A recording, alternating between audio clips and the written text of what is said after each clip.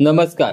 मीरा, सत्या, सुधाकर हे तिघही आता ढवळेकरच्या ऑफिसमध्ये आलेले असतात आणि सत्या म्हणतो, साहेब मला माफ करा. मी तुम्हाला काही उलट बोललो, काही तुमच्यासोबत जे गैरवर्तन केलं त्याबद्दल मी तुमची माफी मागतो. त्यावर ढवळेकर म्हणतो, असं नाही, माझ्या पायाजवळ पडून. सत्या जसं ढवळेकर सांगतो तसं पाया पडून माफी मागतो, पण ढवळेकरच्या मनात जास्तच राग असतो. तो जरा अतिच बोलतो आणि ढवळेकर अति बोलल्यामुळे आता ते सत्याला रागावरणं शक्य होत नाही. सत्या ढवळेकरला तिथेच आडवा पाडतो आणि तुडवू लागतो. सत्या ढवळेकरला तुडवत असतो आणि आता ढवळेकरच्या मदतीला काही 4 माणसं येतात आणि ढवळेकरला त्याच्या तावडीतून सोडवतात. त्यावेळी ढवळेकर मोठ्या माजात सत्याला म्हणतो, एक गोष्ट लक्षात घे सत्या, तुझ्या बापाची पेन्शन मीच अडकवलेली आहे आणि हे तू कधीच सिद्ध करू शकणार नाहीस आणि तुझ्या बापाची पेन्शन परत कधीच मिळणार नाही अशी सोय मी करणार.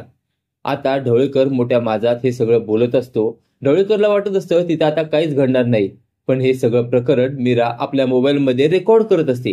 मीराने सगळं प्रकरण रेकॉर्ड केलेलं असतं. दुसऱ्या दिवशी सगळेही कोर्टात भेटतात. कोर्टात मीरा जज साहेबांना म्हणते, जज साहेब माझ्याकडे मोठा पुरावा आहे. त्यावेळी जज साहेब म्हणतात, कोणता पुरावा? मीरा तो व्हिडिओ जज साहेबांना दाखवते. जज साहेब तो व्हिडिओ बघतात आणि आता जज साहेब जाहीर करतात, सुधाकर रावांवर जे काही ढवळेकरांनी आरोप केले ते सर्व खोटे आहेत आणि ढवळेकरांनीच सुधाकर रावांची पेन्शन अडकवून ठेवलेली आहे. त्यामुळे त्यांची पेन्शन आता सुरू करण्यात येत आहे. त्यामुळे सगळ्यांनाच आनंद होतो, सगळेच खुश होतात. आता मीराने मोठा पुरावा देऊन सुधाकर रावांची पेन्शन चालू केलेली असते.